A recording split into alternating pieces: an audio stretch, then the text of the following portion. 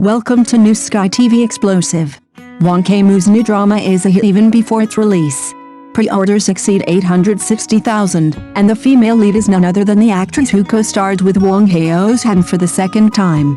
What a coincidence. A tire trope of contract marriage, which has been filmed to the point of being calloused up, has surprisingly become popular again at the very beginning of 2026. The urban short drama Heartbeat at Marriage, starring Wang Kaimu and Lulu, hasn't even officially launched yet, but pre-orders on the Hongkou platform have already surpassed 860,000. The data is dazzling, and discussion is soaring, even attracting casual viewers to click on the entry. Even more outrageous is, if you actually look into the original novel, you'll be even more shocked. Gigi's novel Mr. Sheng, Please Be Moderate in Your New Marriage has been adapted 6 times. Lin Zixuan and Wang Chenpeng have acted in it, as have Su Sunsen and Wang Haozhen. The roles have changed, but the plot framework has remained almost the same. Logically, audiences should be tired of this kind of recycled production by now. But this time, the market didn't cool down. Instead, it became ridiculously hot. Let's start with the head chef, Wang Kaimu. At first glance, he definitely doesn't fit the traditional handsome guy mold. Single eyelids, a jawline as sharp as if carved with a knife, features with a touch of roguishness, even a hint of not to be trifled with. But strangely, the more you look at him, the more appealing he becomes. Fans have given him a particularly accurate label, the type of male lead who captivates at first glance. He's not formally trained in acting. He worked as a fashion model in his early years before diving headfirst into modern dramas, especially playing CEOs. But his portrayals of domineering CEOs are completely different from mass-produced products. From the cynical yet cautious Zhou Yanjing and deeply affectionate Temptation, to the sexually charged and extremely restrained Yu Zhi and the abstinent Boss Has Fallen, you'll find that Wang Kaimu's CEOs are not all copy-pasted. For this role as Sheng Chen, he privately studied numerous interviews with real-life young CEOs, researching their speaking rhythm, negotiation styles, and even the frequency of their use of business terminology.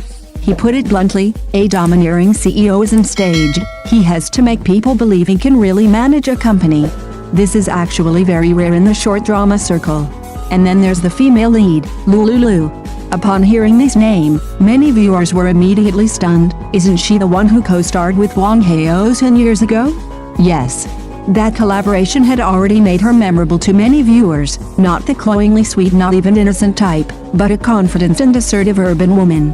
Her unyielding yet dignified demeanor perfectly resonated with contemporary audiences. In Love at First Sight, she doesn't play a tool controlled by a contractual marriage, but a partner-like female lead ready to turn the tables at any moment. Emotional turmoil isn't achieved through tears, and conflict isn't driven by drama. It's all conveyed through eye contact and dialogue. Let's return to the story itself. Lawyer Wen Zai, due to a secret about her past, is forced into a marriage contract with Sheng Chen, the heir to a wealthy family. This premise is all too familiar. But this time, the approach seems a little different. The producers have stated that they don't intend to use those cliched plots like a kiss after every fall or caught showering while living together. They want to take a slow approach. What is slow-burning sweet romance?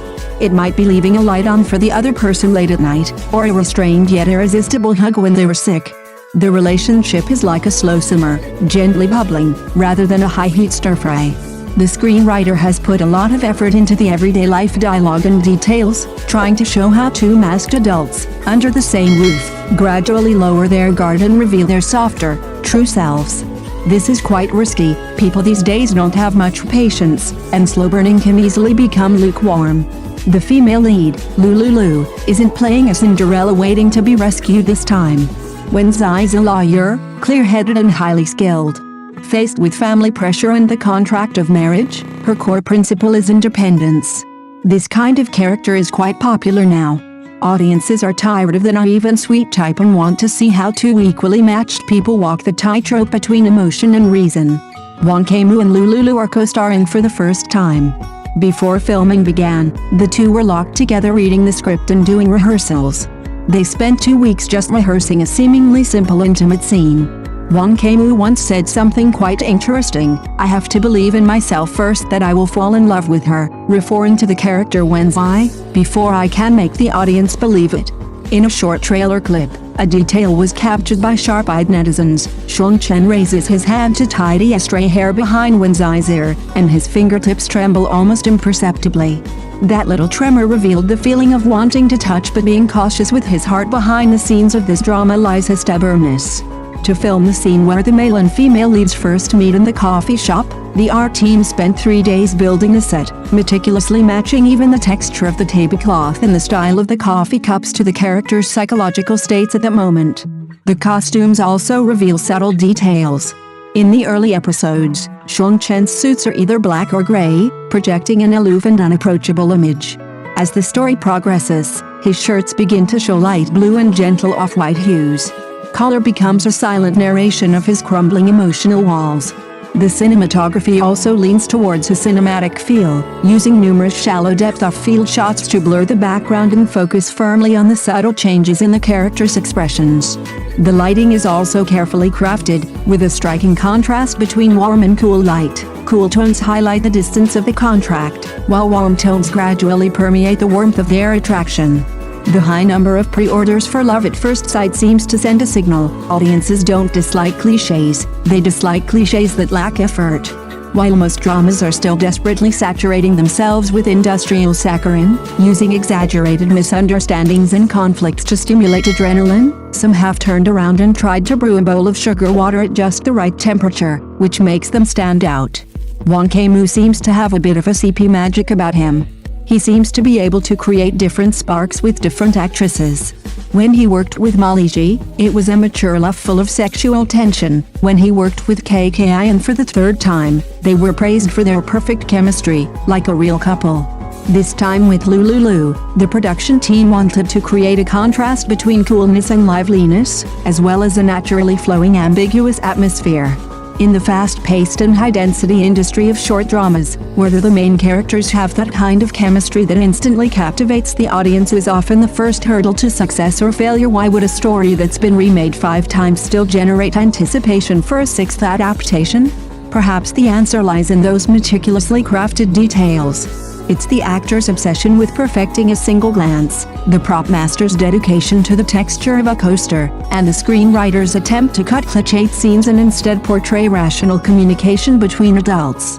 When algorithms can accurately push labels like contract marriage and both sides are strong to us, what ultimately retains the audience might still be that little bit of genuine, albeit clumsy, human sincerity.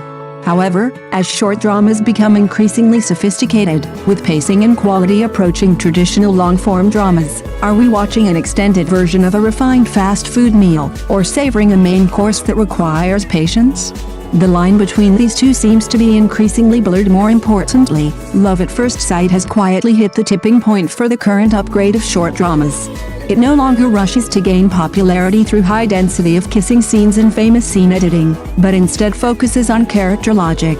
Every concession and test by Xiong Chen, and every response and counterattack by the female lead, are cause and effect games, not forced plot twists for the sake of sweet moments.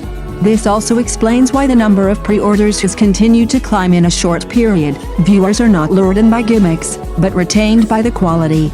Many casual viewers commented bluntly, "It's like watching a long urban drama compressed to its most essential parts." If previous adaptations relied on the lingering popularity of the original IP, then this version relies on a direct confrontation between the actors' performances and the production aesthetics. Once it officially airs, if the word of mouth remains stable, it is likely to not just be a short-lived hit, but directly raise the starting line for urban short dramas in 2026. Thank you for watching the video. See you in the next video. Thank you.